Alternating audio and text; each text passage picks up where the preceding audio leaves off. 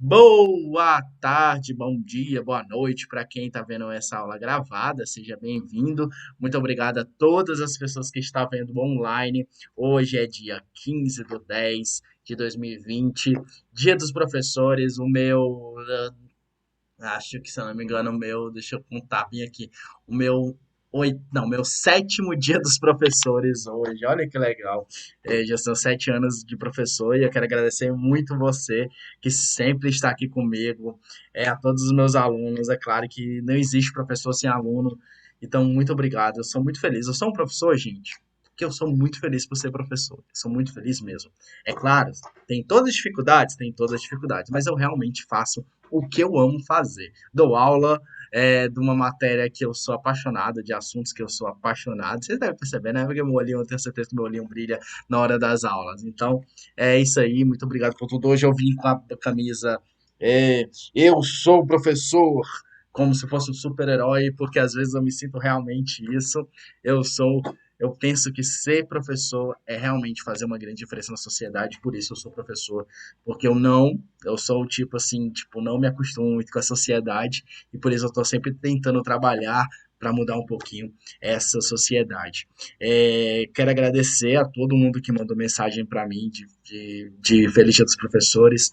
A Vitória mandou de novo aqui, Feliz Dia dos Professores. Muito obrigado mesmo por todos vocês, beleza? Muito obrigado mesmo. Agora vamos arrochar, porque tem muita coisa para a gente ver e eu tenho certeza que vocês querem estudar, porque a gente precisa passar nesse vestibular, né, meu povo? A gente, que eu falo assim, vocês passando é a minha aprovação também, né, gente? Então, é tudo um conjunto. Então, sejam bem-vindos a aprovados. Eu sempre costumo chamar vocês de aprovados, porque é aprovado, vocês já estão sendo aprovados. Lembrando que a galera que está vendo online, qualquer coisa, professor, não entendi, você pode voltar e repetir? Estou aqui para repetir, beleza? Cara,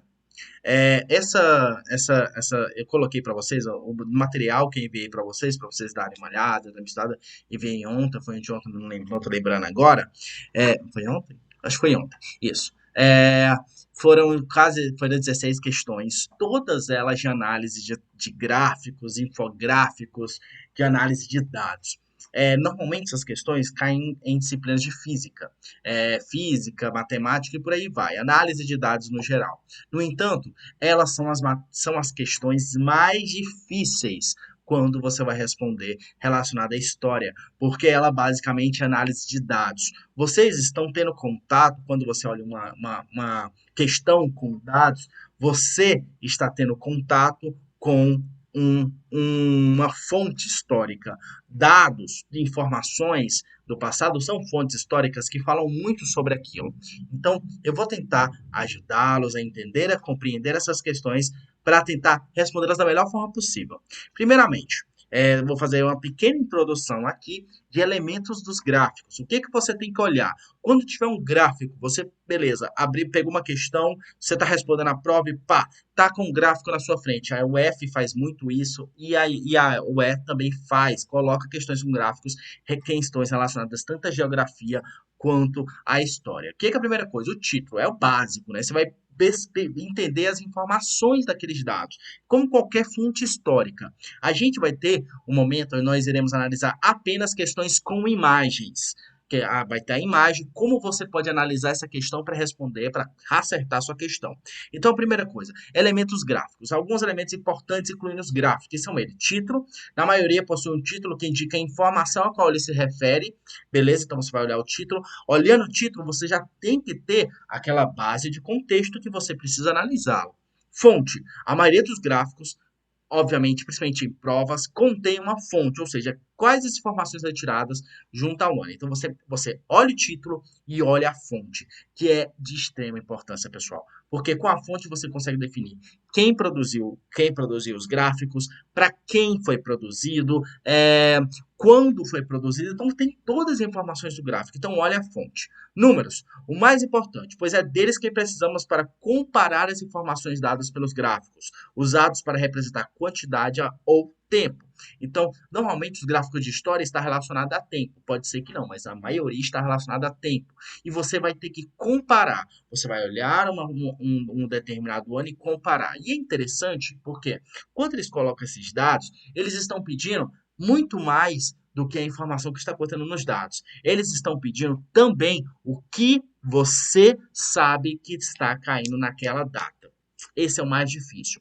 Vai estar lá, tipo, 1950. Você tem que saber o que está acontecendo no Brasil em 1950, o que está acontecendo no mundo em 1950. E aí, como você vai abordar isso? Então, existe um pedido muito maior do que em questões com textos, em questões com imagens, porque você precisa ter contexto. Legendas. Ajuda na leitura das informações apresentadas, na maioria dos casos, o uso de cores destaca diferentes informações. Você vai procurar, se tiver um gráfico com cores diferentes, eu coloquei questões sobre cores diferentes, vai lá, analisa esses dados, olha para você comparar. É extremamente importante, a legenda é tão importante quanto os próprios números em si, ok? Ah, esse eu coloquei esse infográfico para mostrar o que, que esses gráficos fazem na nossa mente.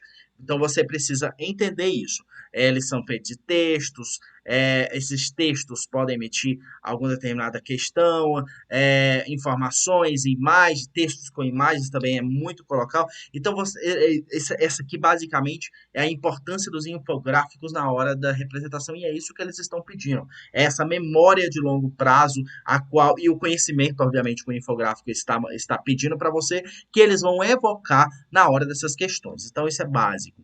Vamos lá.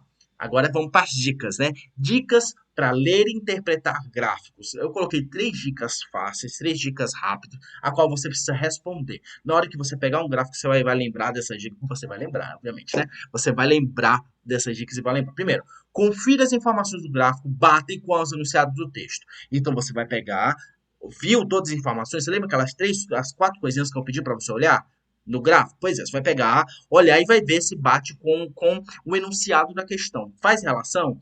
Tem uma relação? Você consegue interpretar o enunciado, o que, que eles estão pedindo? Ou, às vezes, eu coloquei questões que só tem observe os dados e já vai direto para as alternativas. As alternativas têm qual a relação com os dados? Então, você tem que fazer esse esquema. Muitas vezes, questamos de atentar a parte que seguimos direto para o gráfico. O enunciado pode ser informações complementares que vão facilitar muito a resolução da questão. Portanto, leia sempre e circule as informações principais. Alguns gráficos, inclusive, são acompanhados de textos. Então, observe esses textos e qual a relação com os dados. Vamos lá. Entenda qual tipo de informação está destacada no eixo vertical e qual está no eixo horizontal. Esses gráficos, normalmente, igual você está vendo bem aí, que é utilizado normalmente em questões de matemática. Esse gráfico foi utilizado em questão do Enem 2015. Ele tem o valor e a questão, o tempo que foi gasto. Então, analisem esses dados, questão de colunas, linhas, observem.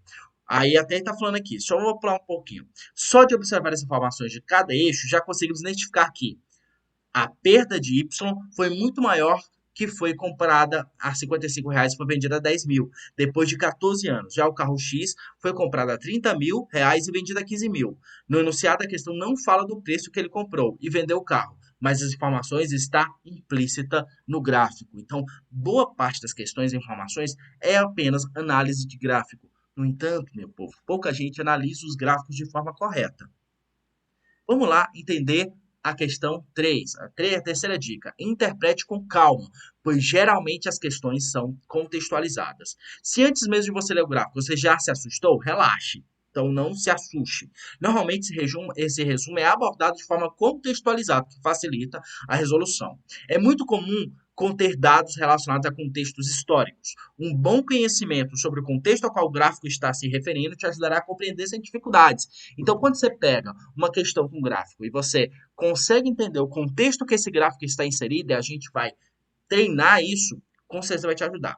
É óbvio, você precisa, essas questões normalmente são bastante pegadinhas, são bastante difíceis, e por isso que você tem que pegar elas, responder o máximo de questões possíveis, e obviamente, o que você está treinando nessa isolada de história vai te ajudar em todas as isoladas que caírem esses gráficos. Por quê? Essas dicas são universais para qualquer questão de gráficos. Isso se chama interdisciplinaridade, a qual você só vê na isolada de história.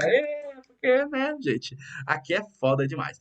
Beleza? Alguma dúvida, gente? Vocês que já viram as questões, vocês acharam que as questões estavam difíceis? Vocês responderam, ali tentaram se empenhar um pouquinho. Acharam a questão difícil? Responda aí no chat, que eu estou olhando agora esse chat. Eu quero saber se vocês acharam difíceis, não acharam difíceis as questões, se vocês perceberam que as questões são mais fáceis ou mais difíceis. Normalmente a galera de exato vai falar, poxa, as questões assim são um pouquinho mais fáceis. Mas essas pessoas realmente caem umas pegadinhas bastante difíceis. Mas, enquanto vocês estão copiando, estão falando, se acharam difícil, não acharam difícil, vamos lá para frente, né? Já vamos responder a primeiríssima questão, que é uma questão muito boa. Vamos lá. Se o voto deixasse de ser obrigatório, o senhor iria votar nas próximas eleições? Isso foi uma pergunta do Globo de 1998, ok? 51% disse que não iria votar. 48% disse que iria votar. 4% disse, 4 não, acho que é 8, não sei.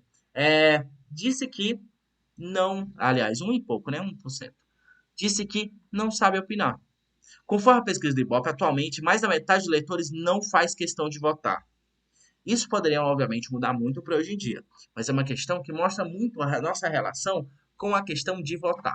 A gente está vendo, por exemplo, as eleições dos Estados Unidos, que tem uma grande chance de cair nos vestibulares. Pessoas, principalmente artistas, fazendo campanha, vá votar, você precisamos do seu voto, né? Então isso nos Estados Unidos não é obrigatório votar, mas no Brasil é. Vamos entender um pouquinho sobre a questão. Entretanto, durante o período do Império, de acordo com a Constituição de 1824, no Brasil era o sistema eleitoral que restringia a participação política da maioria. Pois, então, o que está informado em cima tem pouca relação com o que está informado embaixo. Você está me entendendo? Então, eles utilizaram esse gráfico, apenas para elucidar a questão de voto no Brasil Império. Aí você fala, poxa, professor, no Brasil Império se votava? Votava sim. E era de extrema importância o voto. A gente não votava, obviamente, no rei, mas a gente vota no imperador, no caso. Mas a gente vota, existia deputados, existia senadores e tudo mais, e esses eram votados. Vamos lá entender, então. Então, a relação é, pela Constituição de 1824, quem participava da vida política? Vamos lá. Qual era a questão do sistema eleitoral? Garantia a vitalicidade do mandato de deputados, tornando raras as eleições. É errado. A primeira questão está errada. Quem era vitalício eram os senadores, não eram os deputados. Os deputados saíam de tempos em tempos. B. Convocava eleições apenas para o cargo de primeiro-ministro, conforme regulamentação do parlamento. É errado. O primeiro-ministro normalmente era escolhido pelo imperador e aceito pelo parlamento. Ok? Então, não. Concedia o direito de votar somente a quem quisesse, a quem tivesse certa renda, sendo os votantes selecionados segundo critérios censitários. Olha, isso aqui está muito bom. Então, isso aqui você precisa destacar, porque você tem que lembrar que a Constituição de 1824 colocava como voto censitário, ou seja, quem tinha uma renda mínima para votar. E nossa eleição também era bastante diferente. Quem tinha pelo menos 100 mil cruzados, se eu não me engano, na época, que era razoavelmente pouco, poderia votar. Essas pessoas votavam em eleitores. Esses eleitores é quem tinha 200 mil réis para cima. E essas pessoas que tinham 200 mil réis para cima é que votava nos candidatos. Então você tinha aí uma diferença. No entanto, a gente tem que lembrar que, para a época, isso era democracia. Isso era democracia. Beleza? D.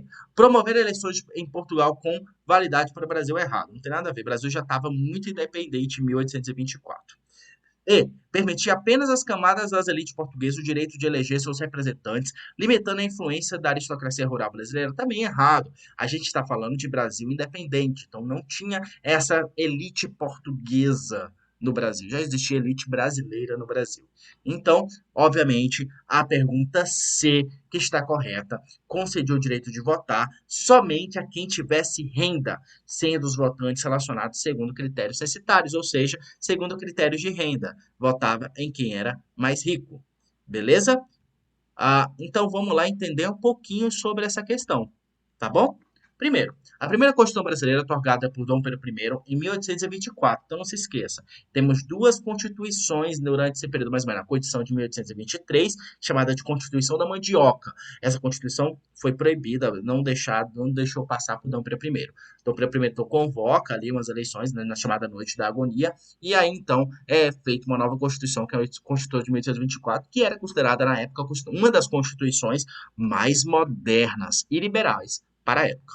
Definiu as primeiras normas do sistema eleitoral. Ela criou a Assembleia Geral, o órgão máximo do Poder Legislativo, composto por duas casas, o Senado e os deputados, a serem eleitos por súditos do Império. Essa questão de súditos do Império era uma forma de que se dizer. No entanto, na época, já colocava o brasileiro como cidadão. O voto era obrigatório. Olha aí a diferença, né? A gente pensa que a voto obrigatório é algo razoavelmente não, mas na verdade, desde o Brasil Império, o voto era obrigatório. Porém, censitário. Era obrigatório para quem tinha renda. Só tinha capacidade eleitoral homens com mais de 25 anos de idade e uma renda anual determinada. Então, anualmente eu recebo 200 mil réis. Isso quer dizer que eu posso votar nas pessoas. Ou seja, dentro dessa, qual era a lógica utilizada por isso? Vota quem contribui, quem tem dinheiro, porque quem tem dinheiro paga seus impostos. Logo, pessoas que pagam seus impostos iriam poder votar. Por que isso? A gente está falando de um país escravocrata, um país com bastante pobres que basicamente não tinha uma renda fixa. Ou seja, essas pessoas estariam, obviamente, excluídas do sistema eleitoral, não poderia ser eleita ou ser candidata a algo.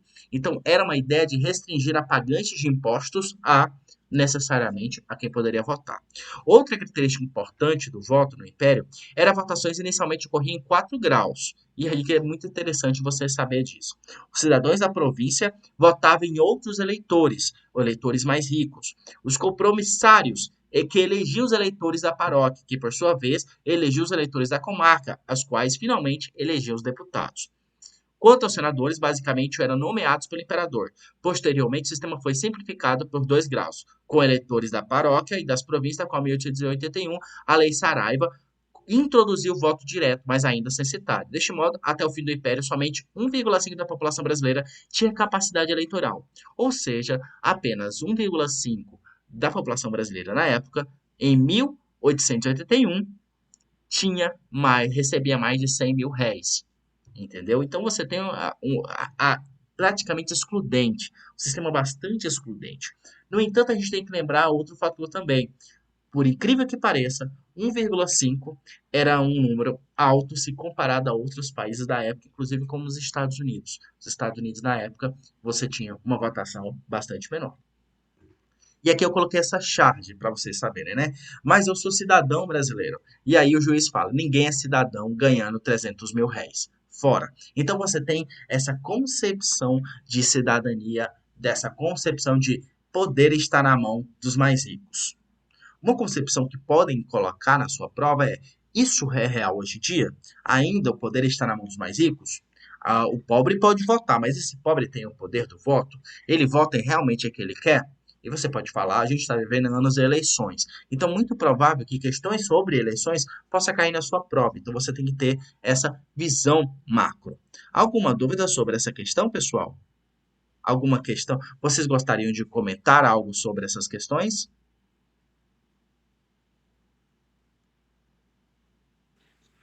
Não, tranquilo. Tranquilo? Então, vou seguir em frente. Mas lembrando que qualquer questão, por favor, me avise para que eu possa ajudar vocês a entender melhor essa questão. Vamos lá, então? Analise a tabela abaixo. Então, essa tabela já tem muita informação. Primeiro, relatório do ministro da Fazenda, anos de 1840 a 1910. Ou seja, esse período inclui, basicamente, segundo reinado e com o Brasil, a República Oligárquica, que vai até 1930, 1929, né? 1930 não. Mas então é um período razoavelmente longo da história para uma análise de importações. Mas, no entanto, a gente tem que lembrar, percentual das importações é o que nós importamos, ou seja, nós trazemos de fora para o Brasil, beleza? Então você tem que analisar a questão do vestuário, calçados, alimentos, utensílios, carvão e máquinas, observe a questão de máquinas, diversos e o total. E bens de consumo. Bens de consumo é bens que a gente consome rapidamente. Aí você tem entre 39 e 44, olha o tanto que a gente, por exemplo, a gente exportava vestuários e calçados. 1900, 1844. Exportava muito. Entre 70 e 75, esse número caiu. Entre 92 e 94, esse número está extremamente baixo, comparado aos primeiros, a 1840. Então, está caindo, beleza? Alimentos, a gente tem uma alta, uma queda nos anos 70 e 75 e uma alta novamente em 1902 e 1904. Utensílios, geral, tem umas baixas, depois teve um aumento e depois novamente baixa. Carvões e máquinas, olha a comparação. 1,2 em 1839 e 10,9, um aumento bastante grande. Diversos também teve aumentos, no total, né? E aí depois você tem bens de consumo. Então a gente analisou essas questões, comparando, né? Vestuários, calçados, é importação de, que a gente poderia falar de indústria, ok? Alimentos normalmente não é indústria, né? Normalmente. Utensílios, a gente poderia dizer que esses utensílios dependem. Carvões e máquinas necessariamente de uso de indústria. Diversos, não pode ser que tenha em questões industriais ou não. Então aí você tem na sua mente o que são esses produtos. Vamos lá. Através da diversificação das importações, mostrada na tabela, podemos avaliar. Então, através da diversificação das importações, a gente viu que tem vários produtos e que eles mudam de tempos em tempos, a necessidade ou não desses produtos. Então, a partir disso, o que a gente tem? No entanto, o mais importante nessa questão é os primeiros e os últimos anos, você comparar essas ideias. Nem diria primeiro, todas as informações, do primeiro, os primeiros, o meio e os últimos anos tem que ser importante, mas é que você precisa analisar o que vai ajudar, por exemplo, a certas importações caírem, como a primeira, vestuários e calçados, caírem tanto. Qual é a explicação para isso? Vamos lá. O lento, porém constante crescimento do setor fabril brasileiro a partir da tarifa Alves Branco. Aí você fala, caraca, professor, o que é tarifa Alves Branco? Você lembra que eu falei para você, que a intenção de contextualizar? Beleza. Então, foi lenta, de fato, foi lenta essa diminuição, não foi de um dia para outro. Teve que analisar mais de 50, 60 anos. 60 anos é considerado lenta. Então, foi um crescimento lento, Fabril brasileiro, de fato foi. Mas por que a partir da tarifa Alves Brancos? O que foi a tarifa Alves Branco? Vamos lá. B. Os resultados do crescimento da indústria na base do Brasil após a aprovação da Lei do Ventre Livre. A Lei do Ventre Livre foi feita nos anos 71. Mas ele tem uma relação com a indústria? Não tem. Então não tem nenhuma relação. A Lei do Ventre Livre são leis que têm relação com a abolição da escravatura e não necessariamente a indústria. Então não. C. A redução da arrecadação do Tesouro Nacional de Tarifas Alfandegárias com a aprovação da tarifa Ives Branco. Nunca houve essa lei. Ives Branco não existe essa lei. A lei correta é Alves Branco. Beleza? O lento, porém constante aumento do consumo de produtos manufaturados importados após a Lei Áurea. Novamente, a Lei Áurea não tem relação com a industrialização. A pergunta está muito mais relacionada a questões diretamente relacionadas à industrialização. Por quê? Essa questão de importados, ok? As consequentes redução da taxa de importação de máquinas para a indústria brasileira com a tarifa Alves Branco. Então, são duas questões que poderia te dar aqui uma contextualização. A e a E, mas a certa é a A. Por quê? Vamos lá. É lento, porque teve que analisar em 60 anos. A fonte, a informação é basicamente longa. Então é lento, porém constante. Você pode observar essa constância. Crescimento do setor fabril brasileiro a partir da tarifa Alves Branco. Beleza? O que foi a tarifa Alves Branco? Foi uma tarifa totalmente relacionada, minha gente, totalmente relacionada a impulsionamento da industrialização brasileira. Tanto que a tarifa Alves Branco está total, que era o ministro Alves Branco, né, na época, ministro da Economia do Brasil, era na época um barão, por isso o nome é Alves Branco, está totalmente relacionada à chamada Era Mauá, que é esse grande empreendedor brasileiro que desenvolveu a indústria brasileira. Graças a isso. A tarifa Alves Branco basicamente fez o quê? Reduziu a arrecadação do Tesouro Nacional em tarifas alfandegárias. Ou seja, ele aumentou o preço de produtos importados para impulsionar o mercado interno, a fabricação interna. Ok? Então vamos lá. A tarifa Alves Brancos recebeu o nome de seu criador e foi implantado no dia 12 de agosto de 1844. Tratava-se de uma tarifa alfandegária que aumentou a taxa de importação com a casa de 30, para não haver similar nacional, para a casa de 60, quando havia produto similar nacional. Observem. Então, não tem nada nacional, então a taxa alfandegária é de 30%. Tem nacionalmente, então a taxa duplicava para 60%. Ou seja, a ideia era impulsionar os brasileiros a criar indústrias. As novas determinações causavam impacto sobre a cerca de 3 mil produtos e despertaram a insatisfação dos ingleses, acostumados com os privilégios nos comercialização dos produtos desde a independência do Brasil. Mas não foram só os britânicos impactados com as novas medidas. Os importadores brasileiros e os consumidores mais ricos que consumiam tais produtos passaram a pagar mais caro pelo que desejavam, porque a gente tem a costume de valorizar o que é de fora. Produz, não vale a pena produzir, vamos a burguesia, a elite brasileira costuma sempre trazer o de fora. A gente tem essa visão de que o que de fora é melhor, não é? Então, tinha esse pensamento na época. Apesar de insatisfeitos os ingleses, os comerciantes brasileiros, a tarifa Alves Branco, permaneceu ativa até 1860. Então, por isso que depois dos anos 60, você vê produtos começaram a ser importados, aumentando novamente. Ok? O objetivo básico de Alves Branco era melhorar a balança comercial brasileira, colocando essa balança comercial favorável ao Brasil. Só que a implementação da tarifa foi bem mais além disso. A medida do ministro Alves Branco acabou por incentivar a produção e indústria brasileira, já que os custos para a substituição das importações pela instalação de pequenas fábricas eram bem mais atraentes. E na vigência da tarifa Alves Branco se criou a estrutura necessária para investimentos de conhecimento do Barão de Mauá, por exemplo, que investiu as diversas inovações tecnológicas do comércio do Brasil. Então, aí, dentro dessa concepção de tarefa Alves Brancos, você tem que lembrar dessa importação do Brasil, que é muito grande, você tem que lembrar de do próprio a questão dessa necessidade da Inglaterra de importar produtos brasileiros. Nós éramos um dos maiores compradores de produtos industrializados da Inglaterra e também, obviamente, da Era Mauá, que foi um período de grande glória na industrialização brasileira. Ok? Alguma dúvida, gente, sobre essa questão? Alguma questão que vocês gostariam de falar?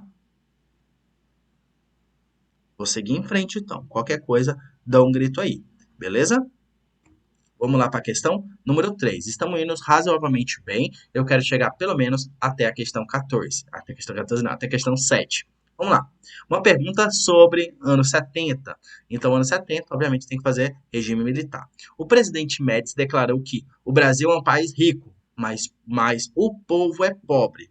Observe o gráfico abaixo que mostra a evolução do índice do produto interno bruto por habitante e a de salário mínimo real entre 1940 e a 1984. E é muito interessante porque a pergunta está fazendo relação ao que a gente poderia falar sobre regime militar. No entanto, ele está pegando desde lá do período de Vargas, desde 1940. Vargas ainda está no poder. Então, ele pega lá desde Vargas, passa por todo o regime populista ou a República Populista e vai ao regime militar todo. Então, é um período razoavelmente longo da história do Brasil. E é isso que você tem que analisar.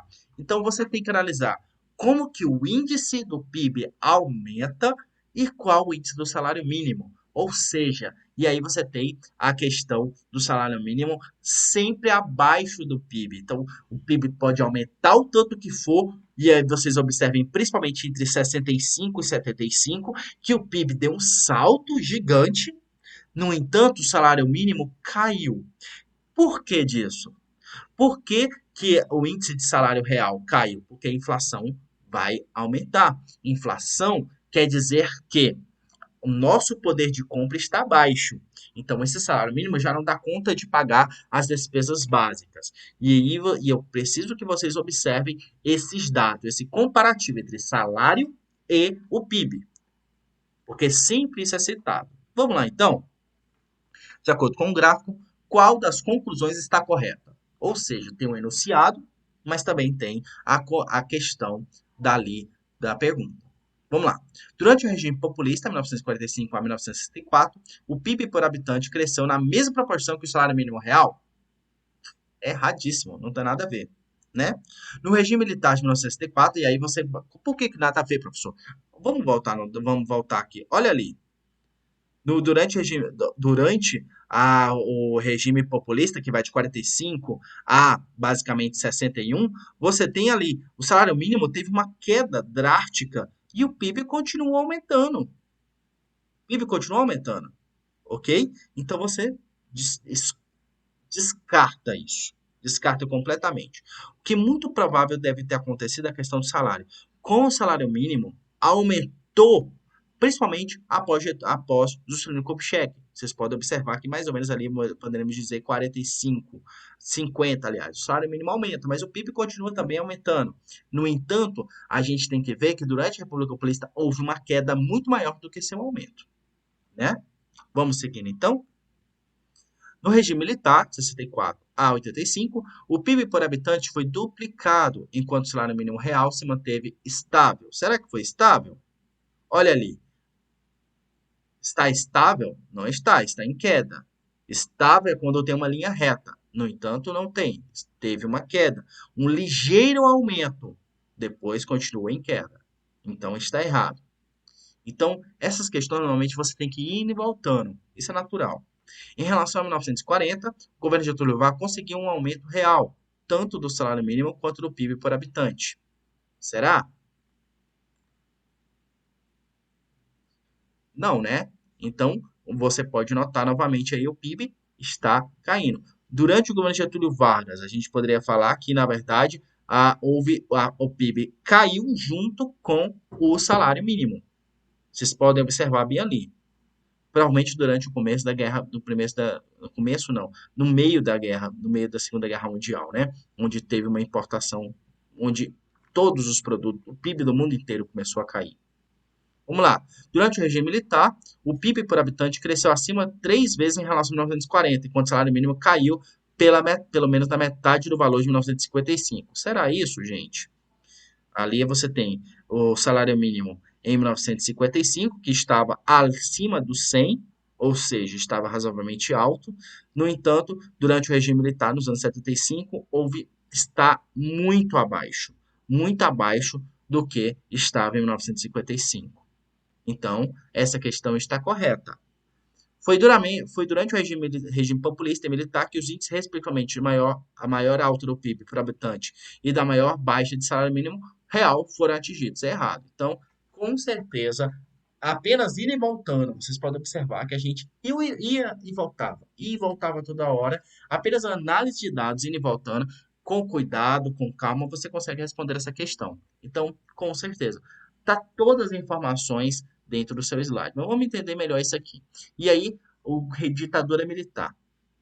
Gente, uma das coisas muito importantes da ditadura militar que ocorre, eu trouxe aqui esse mapa mental que está muito bem feito. Vamos olhar bem ali o governo Médici. O que, que está tendo relação do governo Médici nesse mapa mental em relação à economia? O chamado milagre econômico, ok? O que foi o milagre econômico? O PIB aumentou muito durante o regime militar. No entanto, a população continuava majoritariamente pobre. Você tem que fazer uma relação direta. A gente tem que lembrar que o governo Médici, ele está no meio ali, digamos assim, ele é o terceiro, né, do regime militar, terceiro de cinco, então ele está no meio.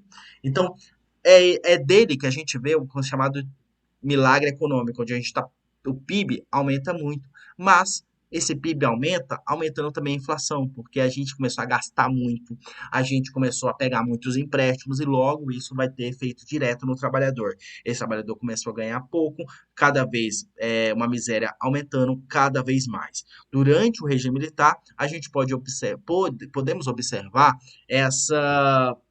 esse aumento da dívida externa, esse aumento da desigualdade social brasileira, ok? Então, durante o governo Médici, você tem um alto índice do PIB, no entanto, o valor do salário mínimo, uma queda razoavelmente não, grandiosa, ok? Alguma dúvida, pessoal? Esse mapa mental tá bonitinho, eu queria que depois vocês printassem eles. Alguma dúvida? Posso seguir em frente? Vamos lá. As questões, pessoal, é muito interessante que vocês observem a partir desses conhecimentos. Por isso que eu trouxe esse mapa mental para vocês darem uma olhada e observarem o contexto que está isso. Então, a questão começava falando sobre o Médici, ao Médici, automaticamente você tem que lembrar do milagre econômico que é durante esse período. Ok? Então, era essa informação, junto com a análise de dados, então, por exemplo, quando a questão tem mostra dados e parte direto para as questões, você vai ter que ler a questão, olhar se está isso nos dados. Volta para a questão. Leu a questão, volta se daí nos dados. Porque essa questão está razoavelmente fácil. Você precisava, digamos assim, lembrar do milagre econômico, tudo isso é importante, mas era análise de dados, então não tinha outra coisa além disso. Vamos para uma próxima pergunta. Vamos lá. Durante o período das eleições presidenciais de 1945 a 1960, chamada de República Populista, nós acabamos de ver isso. Realizaram-se 4 eleições presidenciais segundo os dados do quadro ao lado. Baseados nesses mesmo quadro, podemos dizer que, ou seja, vocês vão olhar esses dados, então você tem os partidos ali e quem ganhou. As eleições presidenciais, nesse caso, foi número de cadeiras por ano e partido da Câmara de Deputados. Então, está falando a questão de Câmara de Deputados, ok? Câmara de Deputados. Então, você tem o número de deputados e a porcentagem. Número, porcentagem. Então, você tem 45, 50, 54, 58 e 62. Durante toda a República Populista, ok? É muito interessante que vocês analisem isso. Então, é a questões eleitorais. Vamos lá, então? É a pergunta sobre isso mesmo. Vamos lá. A votação da UNN, União Democrática Nacional. Nas 3 primeiras eleições teve forte variação, que dependeu do apelo popular maior ou menor de seus candidatos. Vamos lá, então, ver a UDN. Aí você tem em 45, 28, depois 26, depois 22, 21, 23. Então, teve uma queda da UDN. Vocês lembram quem é o presidente da UDN? Estava muito ligado a Vargas, beleza? O candidato do PSD, Jânio Quadros, foi o presidente eleito com o maior número de votos, mais de 600 milhões, demonstrando seu enorme carisma popular. Jânio Quadros foi o último presidente eleito antes da ditadura militar. Então vamos lá ver em 62, né? Então a eleição, nesse caso do PSD, 30%. Então, olha aí, tem uma coisa real, né? Vamos lá. A 6 milhões que está falando aqui, foi esse o tanto de eleitores? A gente tem 30,6. Então, não, né?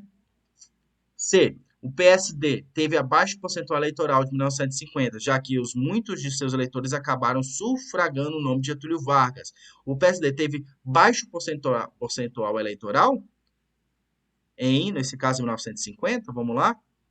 O PSD, 36,8. Ou seja, foi menor que em 45, né, que era apenas que foi 52, bem menor, né, do que 50, um pouquinho mais, um pouquinho maior do que 54, menor que aliás, maior que 58 e depois maior que 56. Então, depois de 45 para frente, o PSD foi só caindo. Então, o PSD teve baixo percentual eleitoral em 1950, já que muitos dos seus eleitores acabaram sufragando o nome de Getúlio Vargas. Está correto? A gente pode ver, sim. O PSD era um partido que estava com Getúlio Vargas durante as eleições de 1950. Beleza? A chapa liderada por Getúlio Vargas em 1950, ao conseguir a maioria absoluta dos votos, conseguiu as manifestações golpistas da UNN que não aceitava a volta do velho ditador no poder? Não, né, gente? Então, apesar da Getúlio Vargas conseguisse se eleger em 1950, ele não conseguiu a maioria do parlamento. E a importância aqui é principalmente o parlamento, os deputados. O maior peso eleitoral dos candidatos militares, Dutra e Lott, frente aos civis, Machado e Juscelino demonstraram a importância dos militares na política brasileira. Errado também. O único presidente que foi eleito por militares foi o Dutra, o resto foi todos civis. Então, a única concepção, a única questão que a gente pode considerar com certeza correta é a C. O PSD teve baixo percentual eleitoral em 1950, já que muitos de seus eleitores acabaram sufragando o nome de Getúlio Vargas. Ok? Vamos olhar novamente aqui. Então está correto mesmo, é isso mesmo. A partir dos dados a gente pode dizer o que é sufragando, que é apoiando o nome de Getúlio Vargas. Vamos entender mais ou menos essa eleição aqui. Olha aí a eleição de 1950. Getúlio Vargas. Como é que está Roraima? Rio Branco. Era território federal do Rio Branco na época, ok? Então, né, Roraima já está incluso. Aí você tem Getúlio Vargas, a ampla maioria do governo. No entanto, o parlamento ele não tem a maioria. Eduardo Gomes, você tem alguns estados e um menor ainda, aliás, quase o mesmo tanto, porque são 3 estados também. O Cristiano Machado, aliás, Cristiano Machado teve mais votos porque pegou o Acre, Amapá, Pará e Maranhão. Enquanto Eduardo Gomes apenas Ceará, Piauí e Minas Gerais.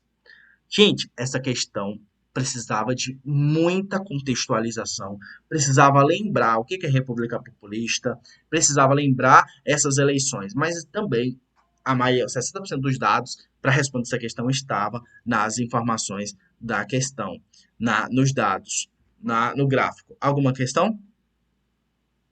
Alguma coisa que vocês gostariam de ressaltar nessa questão? Alguma dúvida? Tiveram dificuldade? Preciso que vocês respondam. Vamos lá? Não, não, professor. Vamos seguir em frente, então. Essa pergunta é razoavelmente difícil. Vamos lá, então.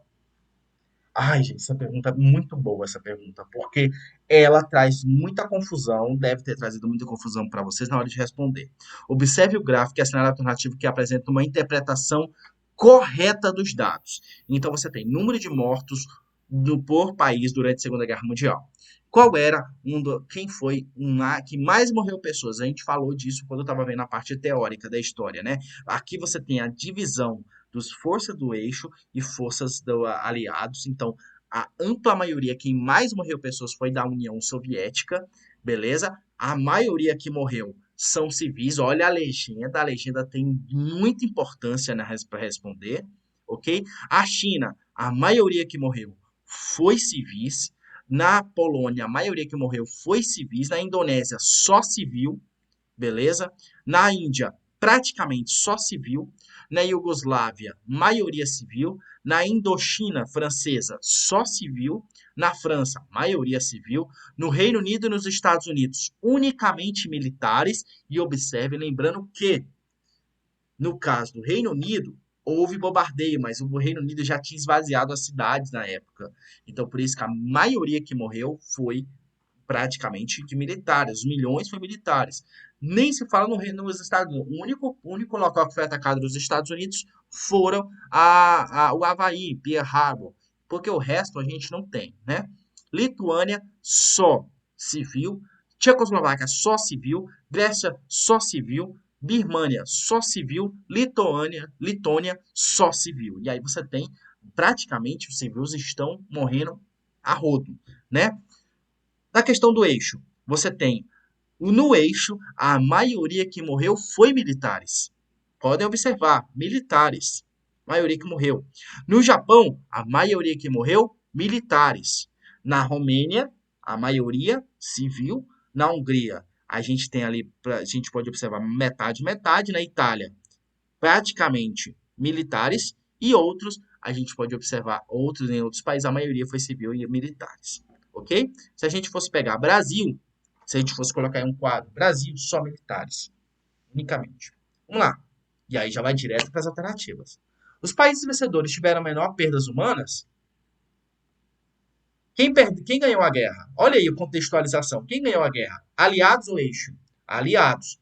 Então vocês podem observar que os aliados foi onde morreu mais pessoas. Está errado. O número de mortos civis foi maior entre os perdedores do que os vencedores? Olha de novo. quem perdeu a guerra foi o eixo. Então, as forças aliadas tiveram uma morte. Olha aí, só a União Soviética, mais de 24 milhões de pessoas. Enquanto a Alemanha, que era a cabeça do eixo, perdeu menos de 8 milhões de pessoas. Então, você tem aí um triplo, né, praticamente. Tá errada também, né? A questão B. C. Em todos os países houve perdas militares maiores do que entre civis. Só você olhando a, o gráfico, não. Se tivesse entre o eixo, morreu muito mais militares do que civis, estaria correto. Mas se a gente for pegar geral, morreu muito mais militares, muito mais civis do que militares. Em vários países, as perdas humanas foram apenas civis.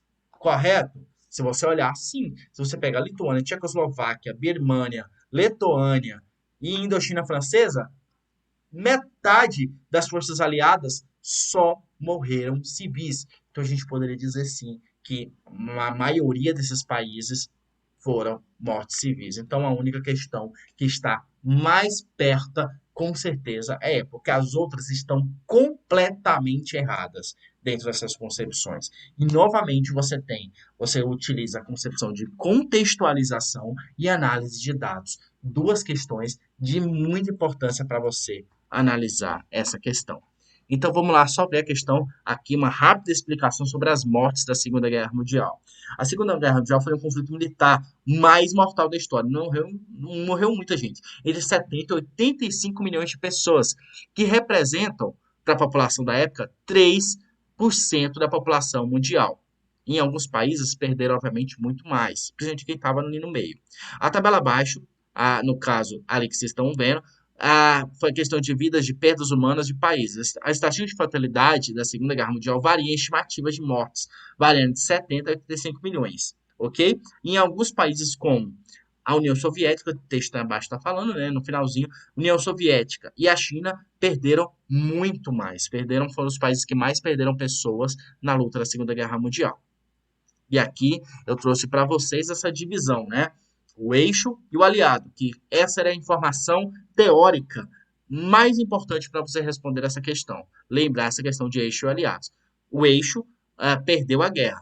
A Alemanha, como líder, Adolf Hitler. Japão, o Hirohito, que era o ministro. E na Itália, Benedetto Mussolini, que era o líder fascista.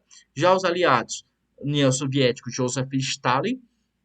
Estados Unidos, Roosevelt, que era um nome importantíssimo na guerra, e no Reino Unido, o primeiro-ministro, o Churchill, que também é um nome muito importante. Então, essa aqui era a informação básica para você responder essa questão.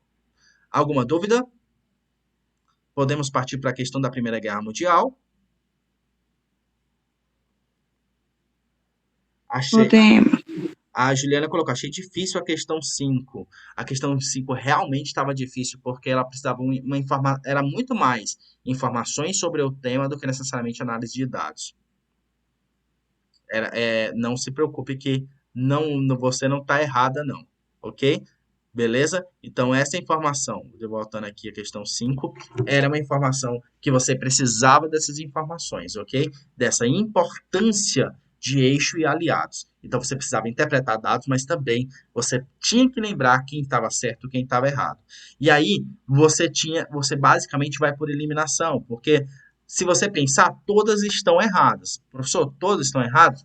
Porque sim, se você metade, esses países que só teve perda de pessoas, elas não é necessariamente a metade, beleza? A gente pode falar que a maioria perdeu muito mais civis do que necessariamente militares. Mas a gente tem uma grande número de países que perdeu unicamente civis. Então aqui a alternativa que mais está correta é a D, não tem jeito. Ok? Então vamos lá para a próxima, que é a pergunta sobre a Primeira Guerra Mundial. Mas aí, como é que você sabe que é a Primeira Guerra Mundial? Porque a gente está falando de Império Austro-Húngaro. O Império Austro-Húngaro, uma das consequências do final da Primeira Guerra Mundial foi exatamente uma das consequências da Primeira Guerra Mundial foi exatamente o fim do Império Austro-Húngaro. Então vamos entender. Distribuição da nacionalidade do Império Austro-Húngaro em 1910. Então você tem alemães, húngaros, tchecos, poloneses, rutenos, romênios, croatas, sérvios, eslovacos, italianos, uma mistura dentro do Império absurdamente grande dentro do Império. ok? Então é muito grande. No entanto, a gente tem que lembrar, Hudson, qual que foi a motivação da Primeira Guerra Mundial? Nacionalismo. Nacionalismo, minha gente. Uma das motivações da Primeira Guerra Mundial foi nacionalismo, ok? Foi esses países que estavam lutando para conseguir maior poder e controlar outros países. Então, como é que um país, como é que um império, como o Império Austro-Húngaro, tem uma diversidade étnica tão grande?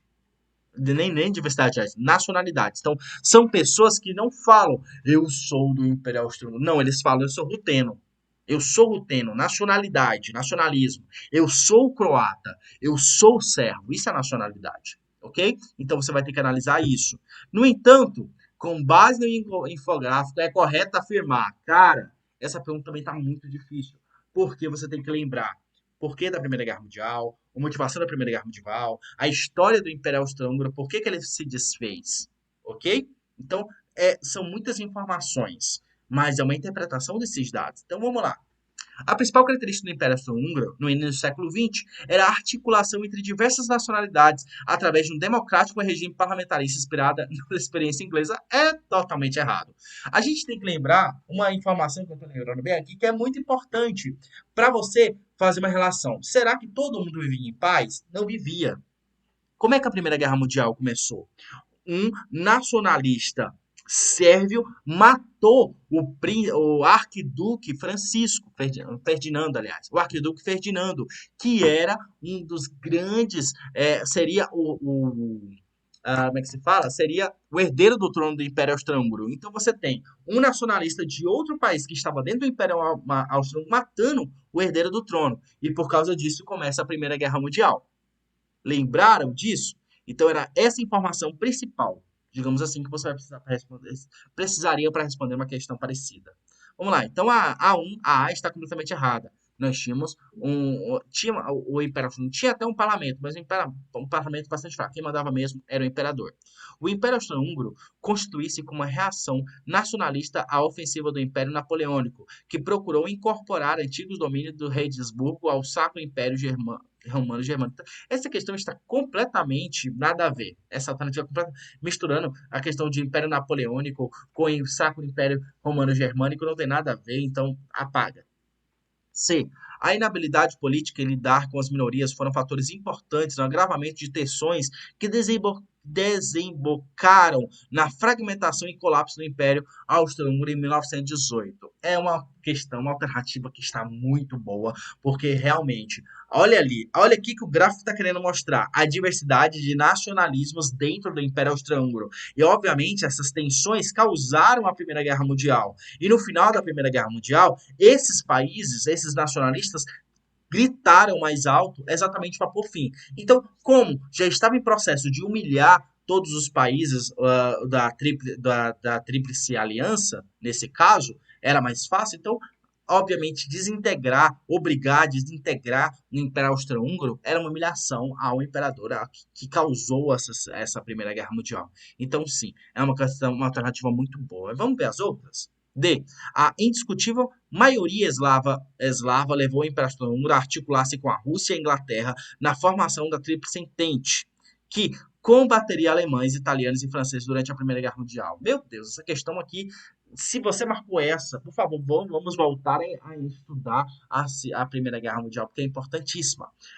O Império Austro-Húngaro, primeiramente, se você analisar o dado, a maioria é de eslavos? Não é. A maioria de alemães, a maioria de húngaros. Então, não tem nada a ver de eslavos, para começar. Segundo, o Império Austro-Húngaro vai se juntar com a Rússia e com a Inglaterra para formar a Tríplice Entente? Completamente errado. Ele se junta com a Itália e com a Alemanha para formar a Tríplice Aliança.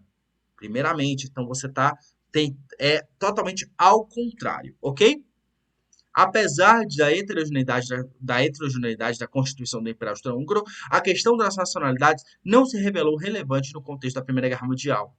Totalmente relevante, porque foi por causa da nacionalidade que começou a Primeira Guerra Mundial. Então, minha gente, obviamente é a C, beleza? Obviamente é a C. Vamos dar uma olhadinha nesse mapa? Essa questão também estava difícil. Olha aí, o Império Austro-Húngaro era um império literalmente gigante. Olha aí também, você está vendo nesse mapa os países que foram formados após a dissolução do Império Austro-Húngaro, que foi após a Guerra Mundial, a Primeira Guerra Mundial. Então você tem a Áustria, o Império Austro-Húngaro se transformou depois basicamente na Áustria, que até hoje é um país. Aí você tem a Hungria, Romênia, Itália, ali a Polônia, que é mais ali, que você tem a Sérvia, a Bulgária, a Albânia, todos esses países eles vão ser formados. Lembrando que até hoje essa região é uma região bastante difícil. É nela que está tendo uma guerra na atualidade na Europa, se eu não me engano, na região da Romênia, se eu não me engano, que é um país que está querendo se formar ali no meio da Romênia, ok? Depois a gente vai dar uma voltar a falar nisso, porque isso ainda está acontecendo, ok? Alguma dúvida, pessoal, nessa questão? É uma questão foi razoavelmente difícil essa questão, mas ficou muito boa. Não entendeu a resposta da 6, Juliana? Vamos voltar aqui então. Então vamos lá. Essa é a 6. Vamos lá. O Império Austro-Húngaro era um império que englobava várias nacionalidades diferentes. Olha aí olha aqui nesse gráfico. Englobava várias nacionalidades diferentes. Só que essas nacionalidades, o que é nacionalismo? É você se falar em que país você pertence. Então você tinha um império gigante, era como se o Brasil tivesse lá no sul, o cara falava: "Não, eu não sou brasileiro, eu sou gaúcho, não sou brasileiro, eu sou gaúcho." Nós daqui do norte falar: "Não, não sou brasileiro, eu sou de Roraima, eu sou roraimense, não sou brasileiro." É como se fosse isso. Então, nacionalmente, nós somos brasileiros. No Império Austro-Húngaro não tinha isso. E esses países, esses nacionalistas vinham brigando, principalmente húngaros com tchecos eslavos, e vinham brigando entre eles. Então, você tem vários ali brigando para se tornar país, para ter seu país de origem. O Império Austro-Húngaro conquistou vários países e estava mantendo ali todos unidos. Foi graças a essa briga nacionalista que começou a Primeira Guerra, contra quando um sérvio de um grupo nacionalista chamado Mão Negra foi lá e assassinou a tiro de queima-roupa o imperador Ferdinando, o arquiduque Ferdinando. Esse arquiduque se tornaria o imperador do Império Austro-Húngaro. Causando isso, o imperador do império falou: "Olha, precisamos saber quem é que matou", e acusou o Império Russo, foi o Império Russo, se não me engano, foi o Império Russo, de financiar o assassinato do imperador, começando uma guerra. Automaticamente, a Alemanha apoiou o Império Austro-Húngaro, porque o Império Austro-Húngaro já tinha feito alianças com a Alemanha e com a Itália, criando a Tríplice Aliança. Isso ainda na corrida armamentista, antes da Primeira Guerra Mundial, né? Um momento antes da Primeira Guerra Mundial. É óbvio que a gente tem que entender que essas brigas nacionalistas dentro da Primeira Guerra Mundial mostrava muito mais uma vontade necessariamente de briga por territórios do que necessariamente essa briga por, digamos assim, por nacionalismo. Então, por isso que com certeza a questão C, a inabilidade política do Império Austro-Húngaro de ligar, de ajudar a diminuir as tensões nacionalistas dentro do Império Austro-Húngaro. Então, foi por causa que o Império Austro-Húngaro era incapaz de lidar com os vários nacionalismos, os vários problemas internos, que ele se fragmentou em 1918. Esse foi um dos principais motivos. Por isso que depois da Primeira Guerra Mundial, o Império Austro-Húngaro vai se desfazer em vários outros países, algumas repúblicas, algumas monarquias, mas vai se desfazer totalmente. Ok? A Alemanha foi obrigada a se desfazer? Não foi. Perdeu seus territórios, além mar, como na África e na Ásia, mas não perdeu, mas não se fragmentou. O Império Austro-Húngaro não, se fragmentou em vários outros países diferentes. Por isso ele é tão importante para entender essa questão. Entendesse? Entendeu, Ju? Agora foi. Vamos ver Sim, vamos ver a última questão, tá bom? A última questão, aí a gente encerra aqui. Que é a sétima, e vai ficar 7 para a próxima. Observe o gráfico sobre o aumento da população na Europa. É uma pergunta sobre Idade Média. Estimativa do crescimento da população entre os anos 800 e 1300. Ou seja, ela pega o final da Alta Idade Média, mas ela vai mostrar um aumento da população na baixa Idade Média. E aí, gente, porque essa questão já vai direto, né? O gráfico acima demonstra o aumento da população da Europa na medieval feudal. Entre os motivos deste aumento é incorreto afirmar. Você tem que lembrar de características da baixa Idade Média. A população na Europa aumentou entre os anos de 800 e 1300 por causa da diminuição das pertes, as quais foram reduzidas em função do relativo isolamento vivido nesse período. É completamente errado. Tinha muito mais isolamento até os anos 800. A partir dos anos 800, esse isolamento feudal vai começar a diminuir, porque não tem mais invasões bárbaras, ok? Poucas invasões bárbaras estão tendo depois dos anos 800. Então, ele vai diminuir. Quando chega o ano 1000, então, meu caro, acabou as invasões bárbaras e um dos motivos da criação do feudo, propriamente dito, começa a não ter importância. Então, a população começa a formar os burgos. Lembra dos burgos? Ainda mais depois que os anos 1000, você tem as cruzadas. Então, você tem novamente um processo de crescimento populacional, melhoria da agricultura, por causa desse aumento, dessa isolamento determinado. B. Durante o período do feudalismo, e aí, uma outra questão a gente tem que lembrar. Apesar do isolamento na Baixa Idade Média ter acabado, matava-se de peste, a gente tem que lembrar que a peste negra ocorre na Baixa Idade Média. Ou seja, não tinha isolamento. B. Durante o período do feudalismo, diminuíam as invasões estrangeiras e as guerras tornaram-se menos mortíferas. Totalmente errado. As cruzadas, por exemplo, é um bom exemplo disso. Então, não tem. As guerras sempre está totalmente atrelado. E aí você tem que lembrar, aos nobres cabe guerrear. Então tinha guerra. Aos clérigos cabe orar. E aos servos cabe trabalhar. Então você tinha guerra durante todo o período medieval. C. Ocorreu por causa da mudança de recursos naturais fortalecida pela baixa densidade demográfica que permitiu grandes áreas ficassem abandonadas, recuperando sua fertilidade. Totalmente errado também. Não tem nada a ver com isso. A população aumentou e, obviamente, começou a se espalhar pela Europa e não tinha essa baixa densidade demográfica. Não faz nem alusão ao gráfico. D.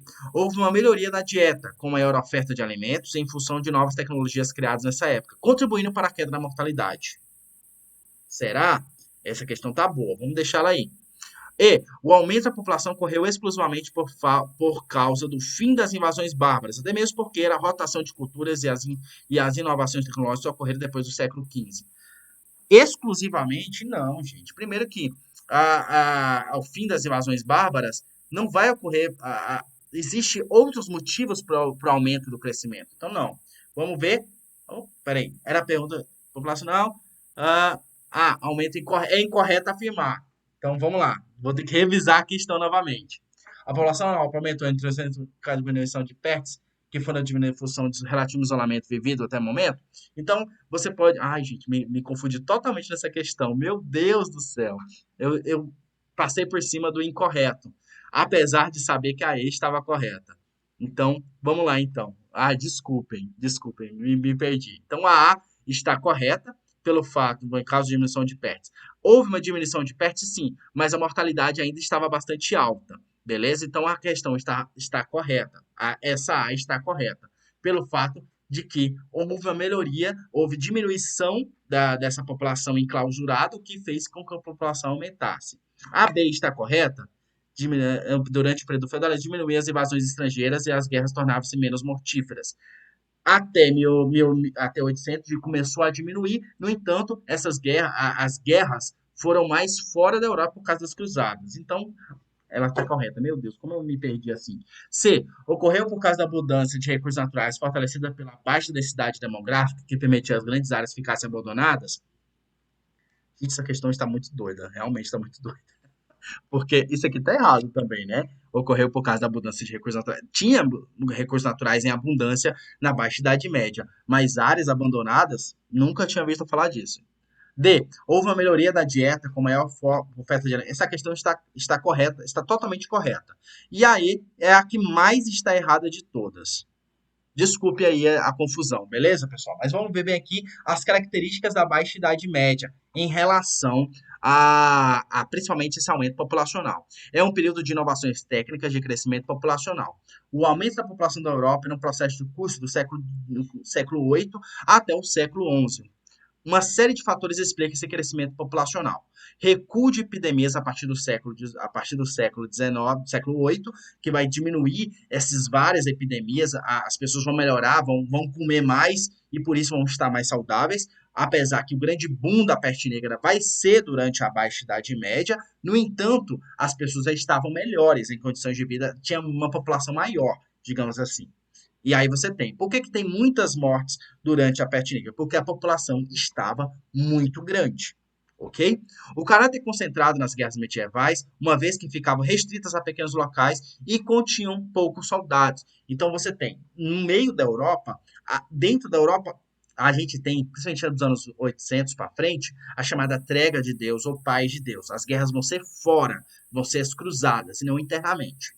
A melhora do clima da Baixa Idade Média é marcada por um aumento da temperatura, corretamente também. Então, essa melhoria do clima da Europa desenvolveu, principalmente, melhorou a agricultura com uma oferta de alimento muito maior.